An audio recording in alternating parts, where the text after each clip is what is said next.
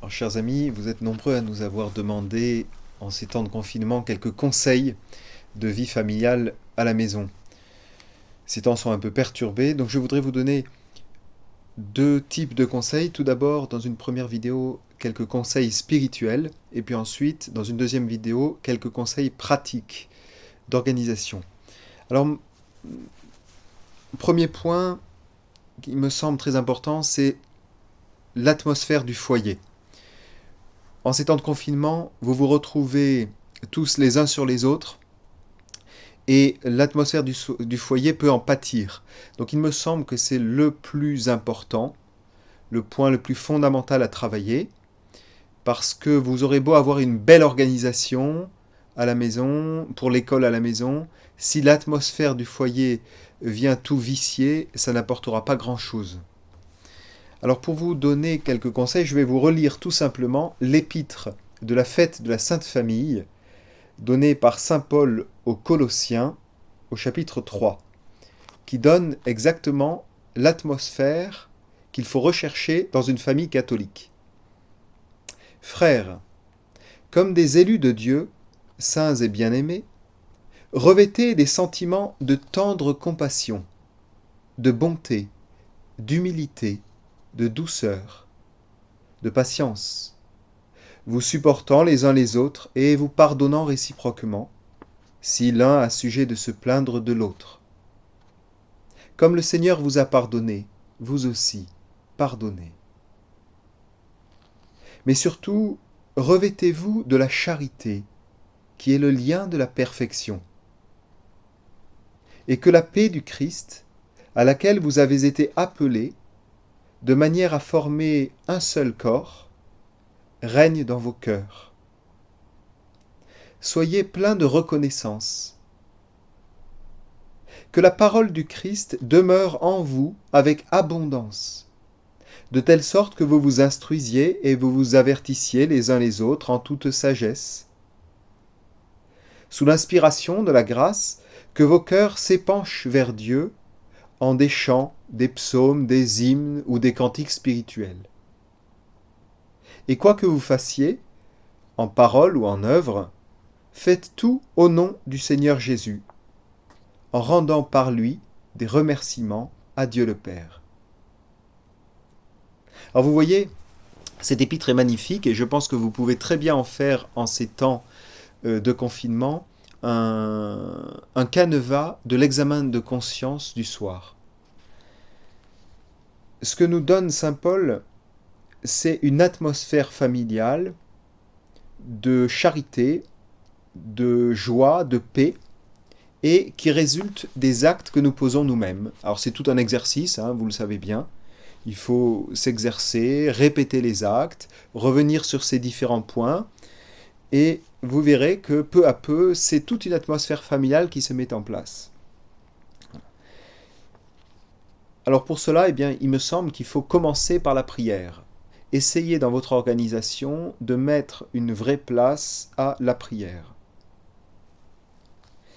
Vous-même, si vous arrivez à commencer votre journée par un moment de prière, c'est vraiment l'idéal.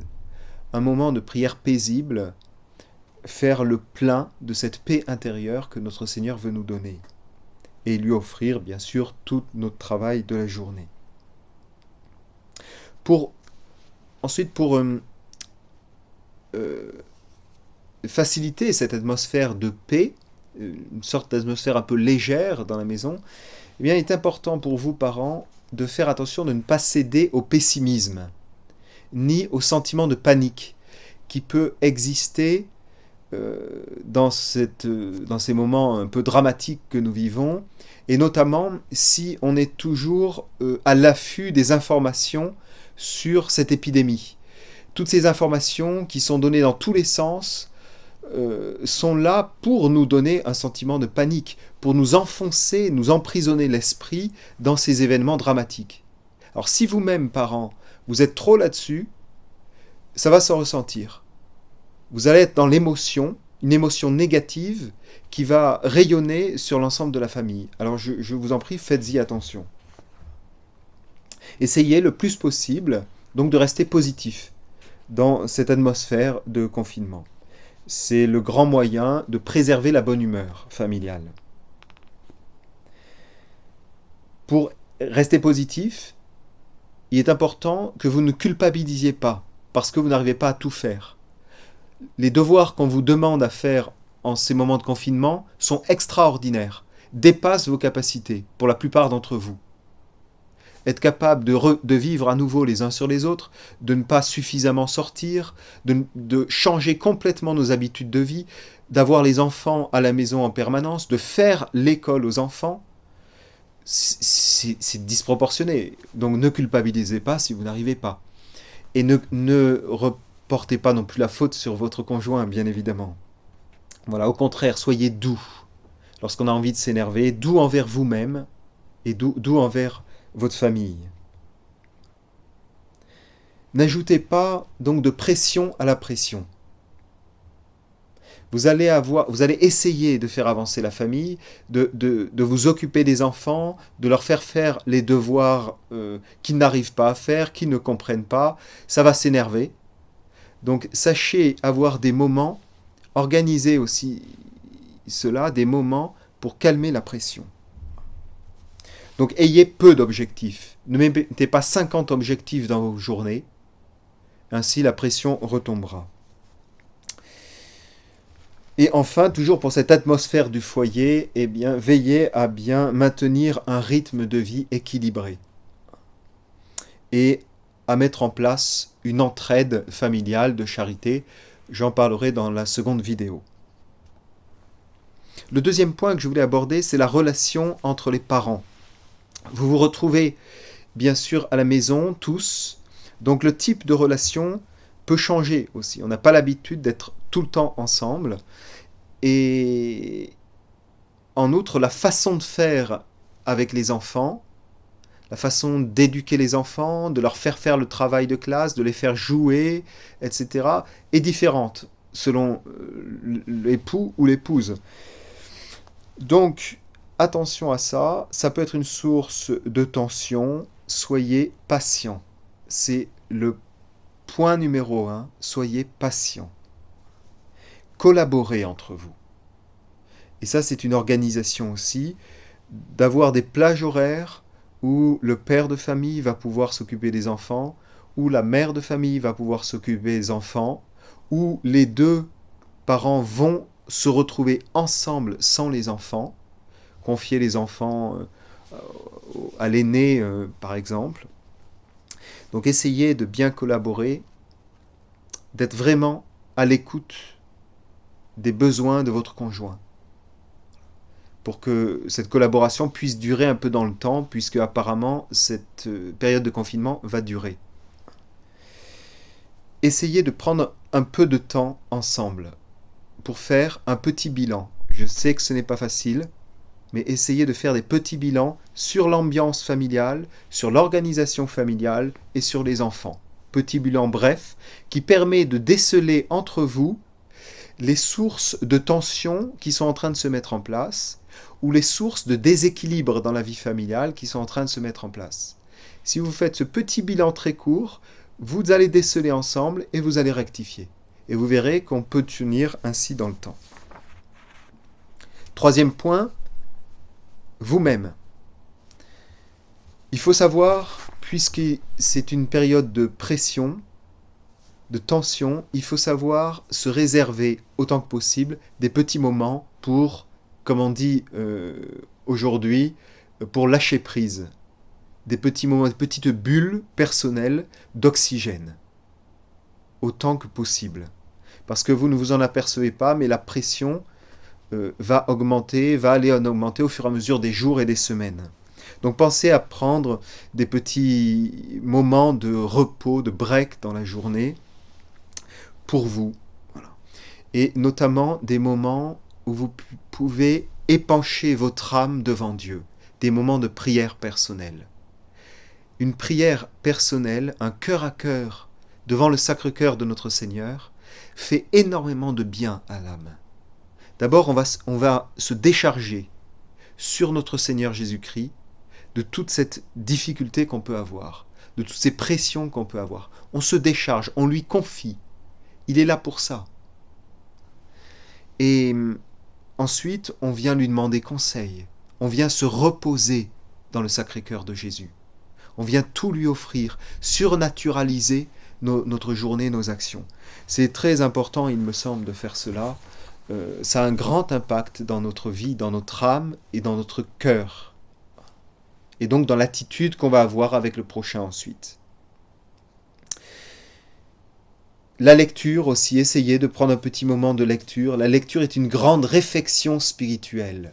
C'est une alimentation spirituelle, une lecture spirituelle, religieuse, sur le carême, sur la passion du Christ, sur la résurrection du Christ.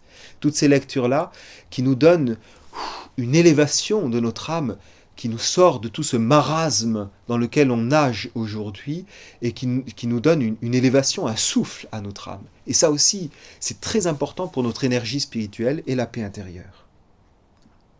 Et enfin, eh bien, pour vous-même encore, ça peut être l'occasion, ces moments de confinement, de mettre en place ce que vous avez toujours voulu mettre en place dans votre famille et que vous n'avez jamais osé faire, ou vous n'y êtes pas arrivé. Je prends un exemple très simple, par exemple le chapelet en famille.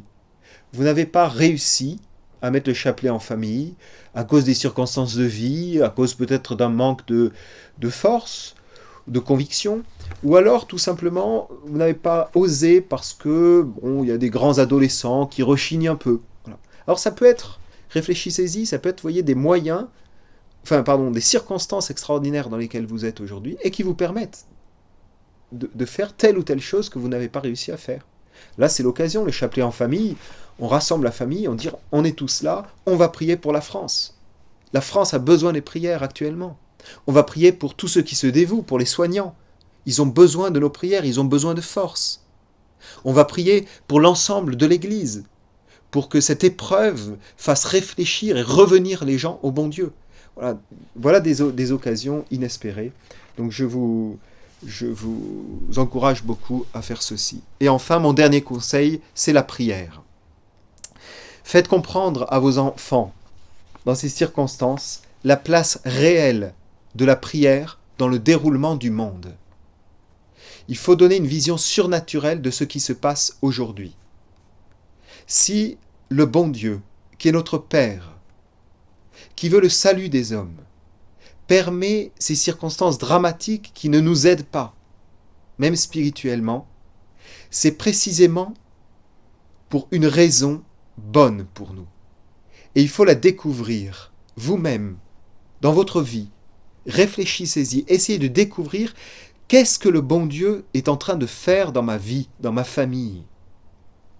Il est en train de nous faire un électrochoc pour beaucoup d'entre nous, en train de nous remettre la prière à sa place.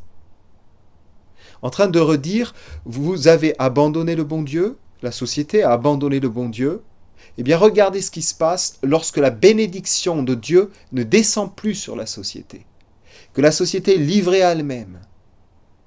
Alors c'est à nous à refaire descendre cette bénédiction sur nous-mêmes, sur nos familles et sur la société tout entière.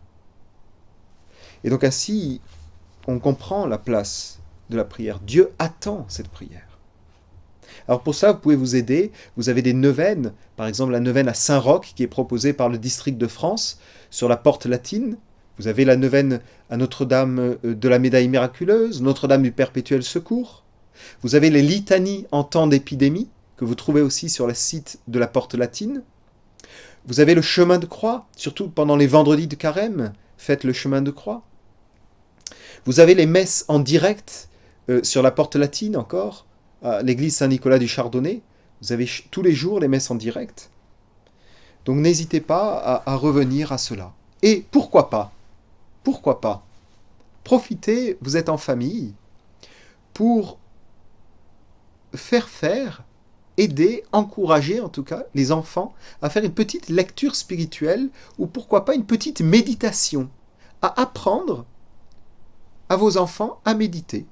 5 minutes de méditation, on leur apprend ensemble à faire cette prière intérieure. C'est une immense occasion de faire progresser vos enfants, de faire progresser toute votre famille vers le bon Dieu.